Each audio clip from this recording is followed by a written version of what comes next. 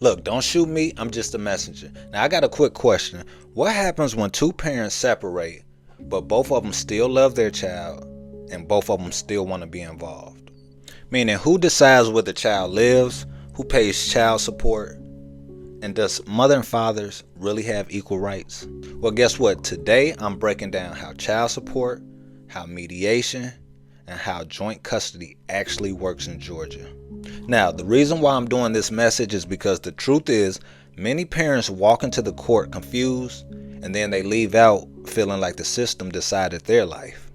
But when you understand the process, you're not only protecting your rights, you're protecting your relationship with your child. So let's break it down. So the first thing we're going to talk about is the goal of family courts in Georgia, right? And the first thing you need to understand is this. The court is not supposed to choose a winner and a loser. We have to get that clear right now. What the court focuses on is something called the best interest of the child. Now, this is when judges ask questions like, which parent is more involved? Who provides more stability? Can the parents cooperate? And what environment benefits the child the most? In most places, the courts in like DeKalb or Fulton County, they want both parents involved, and that's why joint custody is common. Speaking of joint custody, let's get a better understanding of what that really is. You see, a lot of people misunderstand custody. They think it's who the child lives with, but there's actually two types of custodies. And that's one, legal custody, which means you have the power of decision making.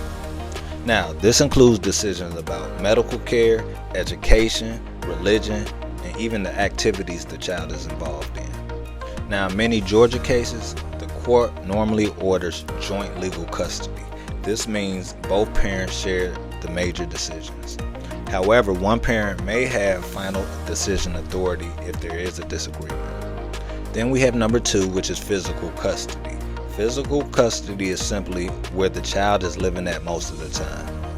Now for this, there are usually different physical arrangements. For example, the child may live with one parent and visit the other. Or you can do 50-50 custody where the child spends equal time with both parents. Most families use schedules like 1 week on, 1 week off, get them on the weekends or every other weekend, or even doing 2 days on, 2 days off. The goal is to keep both parents involved in the child's life during the separation. All right, now let's talk about what mediation is and why it matters. Now, before the custody case goes before any judge, the courts normally require something called a mediation.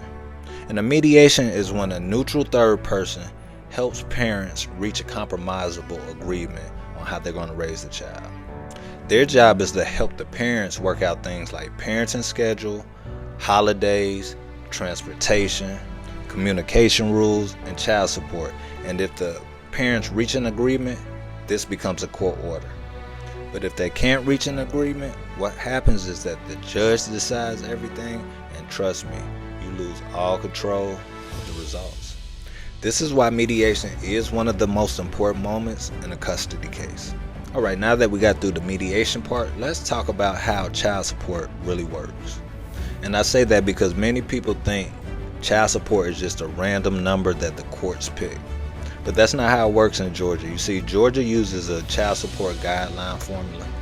Now, in this child support guideline, the courts looks at things like incomes of both parents, health insurance costs, child care expenses, number of children involved, parenting time, and even in 50-50, one parent may still pay support.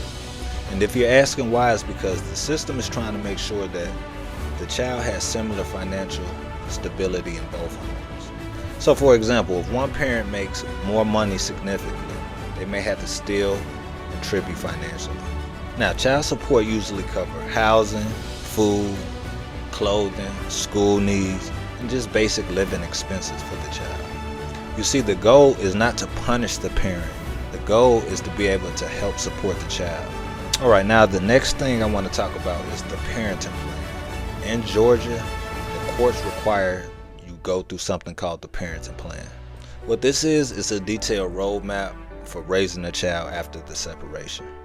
Now, this is going to include things like weekly schedule, holiday schedule, summer schedule, transportation rules, and decision-making authority. Now, once the judge approves the parent plan, now the plan can become legally enforceable, meaning both parents must follow it or be subjected to the consequences.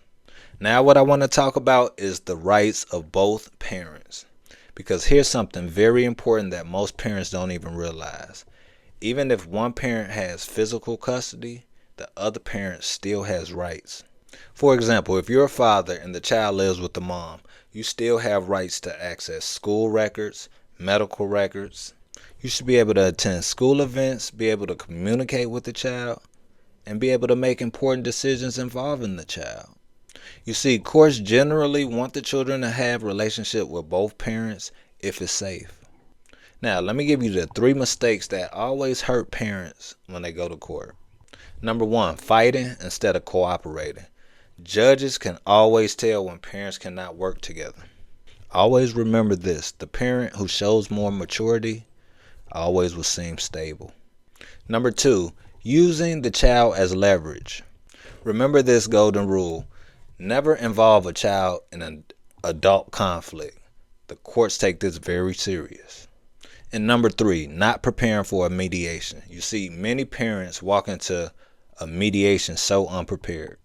So when you arrive to your mediation, you should already know what schedule you want, what you're willing to compromise and agree on, and what is best for the child. You see, preparation will always give you leverage. At the end of the day, what we need to remember: child custody is not about what parent is going to win the war.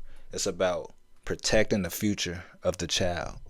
And understanding joint custody, mediation, and child support in Georgia helps you walk into the process not only prepared, but also calm and informed. And when parents handle this the right way, children still get what they need most: 2 parents that love them and that will be involved in their life.